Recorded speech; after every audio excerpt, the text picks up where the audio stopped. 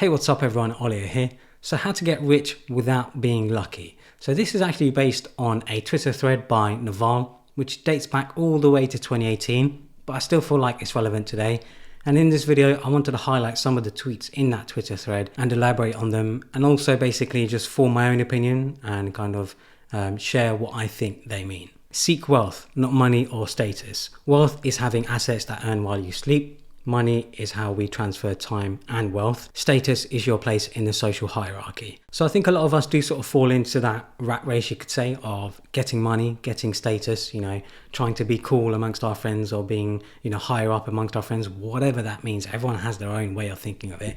When really you should be seeking wealth. Wealth would be something like having a business or having assets that make money or appreciate in value over time without you actually having to do anything. Having lots of money in the bank is actually a bad idea. I think a lot of people think, I can't wait to have 100,000, 200,000 in the bank or whatever else it may be.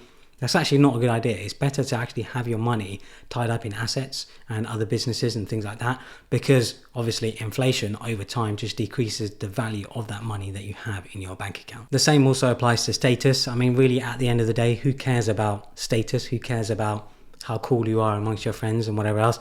If that's what you care about, then you're probably within the wrong group of friends and you probably should get new friends. So status will come and go. Don't worry about status. It's just something that you shouldn't be concerned about. You're not going to get rich renting out your time. You must own equity, a piece of business, to gain your financial freedom. So I've said this actually quite a few times in the past. There's only so much time that you actually have in this world. Do you really want to spend that time working in a 9-to-5 job that you hate? That's a big chunk of your life gone. I honestly don't think there's actually anything wrong working 9-to-5, having a normal job.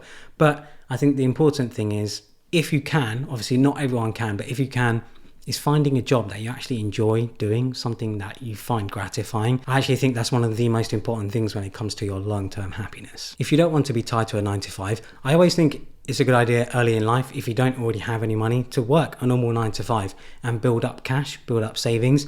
And then with that savings, you can either start your own business or maybe take a lower salary at a startup. And because you're taking a lower salary, you can also take some equity in that startup. That's a really great way to build up wealth, to make money that's not really tied to your actual time. The internet has massively broadened the possible space of careers. Most people haven't actually figured this out yet. So this one actually applies to me massively, because every single source of my income has originated from making that money on the internet, and the internet just keeps opening up new possibilities all the time. I feel like one of the best examples right now is NFTs and artists selling their art. Before, only some few artists could make a lot of money, but now there are a lot of artists making a lot of money because of NFTs. NFTs have also been around for quite a long time now, but I feel like only in the last few months have they really blown up and become more of a sort of, I don't want to say mainstream, but a lot more people are a lot more aware about them. Learn to sell, learn to build. If you can do both, you'll be unstoppable. So I really like this one because it's something that I wish I had learned earlier.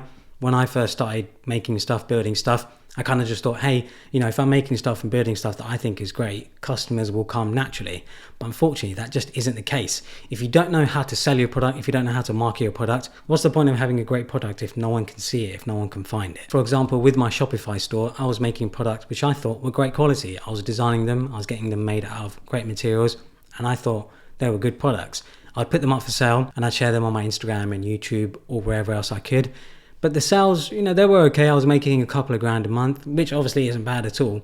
But I knew that there was a lot more possibility, and I knew that I could make a lot more money. And the only way I could do that was by learning to sell them, learning to market them. It's only once I started marketing them and actually selling them, learning how to sell them, did I end up building that store to over $1 million a year. Arm yourself with specific knowledge, accountability, and leverage. Specific knowledge is knowledge that you cannot be trained for. If society can train you, it can train someone else and replace you. Specific knowledge is found by pursuing genuine curiosity and a passion rather than whatever is hot right now. So I realized that my specific knowledge actually came from a variety of different things that I already knew.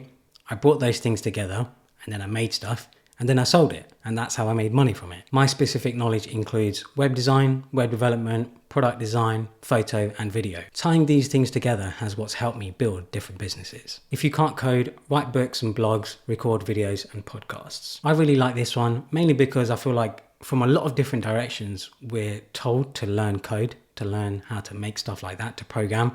And to be honest, I don't think everyone can learn to code, everyone can learn to program.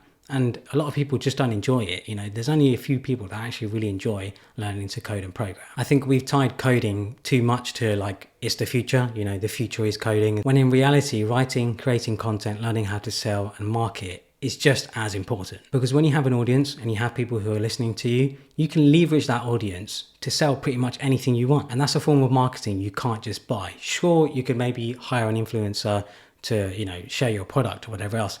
But if that influencer, or if you're an influencer yourself and you have your own product, you're going to be so much more passionate about your own product than you are some other company's product. And yeah, you just won't be able to buy that anywhere else. It's also why we take product reviewers on YouTube a lot more seriously than we would some average Joe off the street. When you're finally wealthy, you'll realize that it wasn't what you were seeking in the first place, but that's for another day. Everyone's version of wealthy is going to be different. My version of wealthy is being able to live comfortably, being able to make sure that I can afford all of my bills, no problem, live in a pretty nice house with quite a bit of space, and also be able to afford a few luxuries in life. On that journey, all I cared about was making money. I wasn't really focused on anything else. I didn't really care about anything else. All I wanted to do was make as much money as possible. Once I got to the stage of being comfortable though, I realized that it wasn't actually the money that I was chasing and that I enjoyed sort of working on or getting. It was the actual process, the journey itself.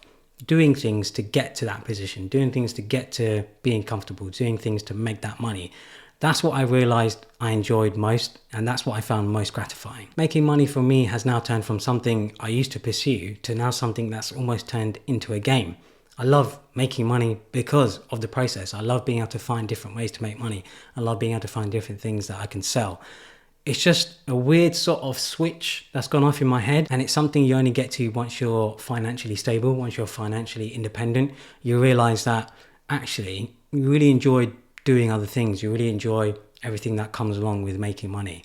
And it's just what has really sort of become, just, what's the best way to explain it? Just, I want to say gratifying again, but it's what's become really fulfilling, and I really enjoy everything that comes with it. So I hope you guys enjoyed this video. I know there are a lot of new subscribers to the channel. I wanted to say thank you because we've just hit 10,000 subscribers, which is insane. I wasn't expecting for the channel to hit 10,000 subscribers so quickly.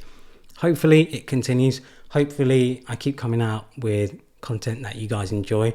The great thing about this channel is most of the content is just stuff that I'm sort of regurgitating. Basically, you could say stuff that I've learned, experiences that I've had. And that's what this whole channel is about, to be able to share my experiences when it comes to finance and business. So I hope you guys enjoyed it. Follow me on Instagram and Twitter and subscribe for more.